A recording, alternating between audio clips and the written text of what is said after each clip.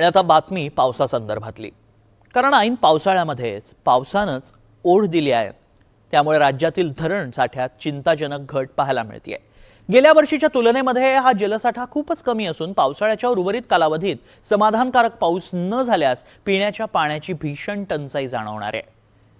नेमकं काय होणार आहे आणि परिस्थिती नेमकी कशी असणार आहे त्या संदर्भातला हा रिपोर्ट. जुलै महिना मध्यावर आलाय.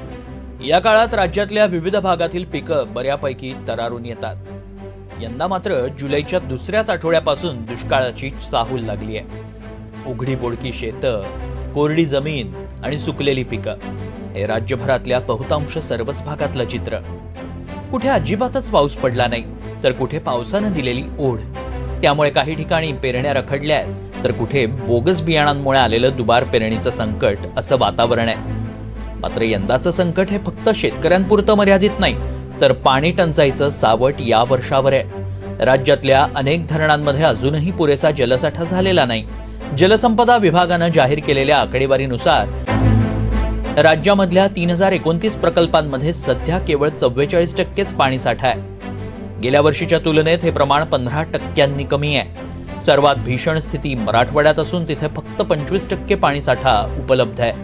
तर नाशिक विभागात 40.87%, नागपुरात 39.89%, अमरावतीमध्ये 42.22% आणि पुणे विभागात 51.26% उपयुक्त पाणीसाठा आहे.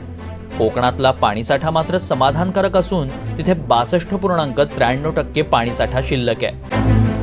पावसाळा सुरू होऊन 1.5 महिना उलटला तरी दमदार पाऊस न झाल्यानं शेतीसह पिण्याच्या पाण्याचं मोठं संकट उभं राहण्याची चिन्ह आहेत. त्यामुळे सध्या उपलब्ध असलेला उपयुक्त पाणीसाठा भविष्यातील संकट ओळखून फक्त पिण्यासाठी राखून ठेवावा लागेल. त्यामुळे पावसाचं प्रमाण कमी असल्यास सिंचनासाठी पाणी मिळणं कठीण होईल. त्याचा थेट फटका खरीप हंगामातील पिकांना बसू शकतो. त्यामुळे शेतकरी धास्तावलेत. एकीकडे महाराष्ट्रात पाऊस पडत असला तरी लातूर जिल्ह्यामध्ये मात्र कडक ऊन पडल्याचं पाहायला मिळतंय. त्यामुळं यावर्षी शेतकऱ्यांच्या हातून हा हंगामात जाईल अशी भीती शेतकऱ्यांना आहे. काय आहे परिस्थिती मी दाखवतोय. लातूर जिल्ह्यातल्या शेतकऱ्यांनी अनेक शेतकऱ्यांनी पेरणी केली, अनेक शेतकऱ्यांनी अजून पेरणीच केली नाही. मात्र आता ज्या शेतकऱ्यांनी पेरणी केलेली आहे त्यांच्यावरती दुमार पेरणीचं संकट ओढावते अशी स्थिती आहे.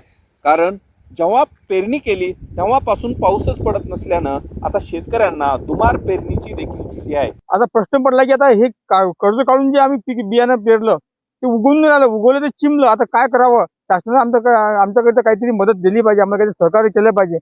पुरं गाळल्या गेलं. त्यानंतर डबल पेरलं तर त्याला पाणी नसल्यामुळे ते कोंब जळत आहेत. आता इकडून तिकडून कर्ज काढून तिबारा पेरणीचं हे करावं लागतं. तिबार पेरणी केली. आता तुमचं काय मत आहे? आता शासनानं मदत द्यावी. पाण्याची टंचाई लक्षात घेता शेतकऱ्यांनी काय काळजी घ्यावी याबाबतच्या सूचना दिल्या जात आहेत. सध्याच्या परिस्थितीमध्ये पावसाचा खंड हा निश्चित झालेला आहे आणि हा इफेक्ट जो आहे हा अल निनोमुळे आहे. आणि IMDच्या रिपोर्टनुसार पुढच्या 5-7 दिवसात पुन्हा पावसाची येण्याची शक्यता फार धुसर वाटते आहे. अशा परिस्थितीमध्ये तुम्हाला पिकांना जगवणे हे क्रमप्राप्त ठरते. तर जसं मी मगाशी सांगितल्याप्रमाणे ज्या शेतकरी बंधूंकडे सिंचनाची व्यवस्था उपलब्ध असेल तर त्यांनी या सिंचन सुविधेचा वापर करून पिकांना जगवण्याचा प्रयत्न करावा. शेतकऱ्यांच्या अडचणी कमी करण्यासाठी सरकारी स्तरावरून नियोजन केलं जात असतानाच शेतकरी मात्र परिस्थितीसमोर हतबल होताना दिसतोय. परभणीत पावसाच्या दीर्घ खंडामुळे आर्थिक अडचणी आलेल्या शेतकऱ्यानं 18 एकरावरील सोयाबीनवर रोटावेटर फिरवलाय.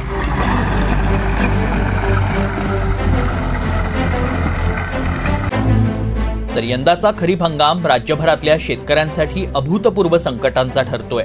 हंगामाच्या सुरुवातीला झालेल्या मुसळधार पावसानं अनेक शेतकऱ्यांची पहिली पेरणी वाहून गेली. त्यानंतर मोठ्या कष्टानं कर्ज काढून किंवा उधारीवर बियाणं खतं घेऊन दुसऱ्यांदा पेरणी करण्यात आली. मात्र पावसानं अचानक दडी मारल्यानं उगवलेली पिकं करपू लागली. त्यातच राज्यातल्या धरणांमधला पाणीसाठा पुरेसा नसल्यानं सिंचनाचा प्रश्नही उभा राहिलाय. त्यामुळे पाण्याचं नियोजन करण्याचं मोठं आव्हान सरकारसमोरही असेल.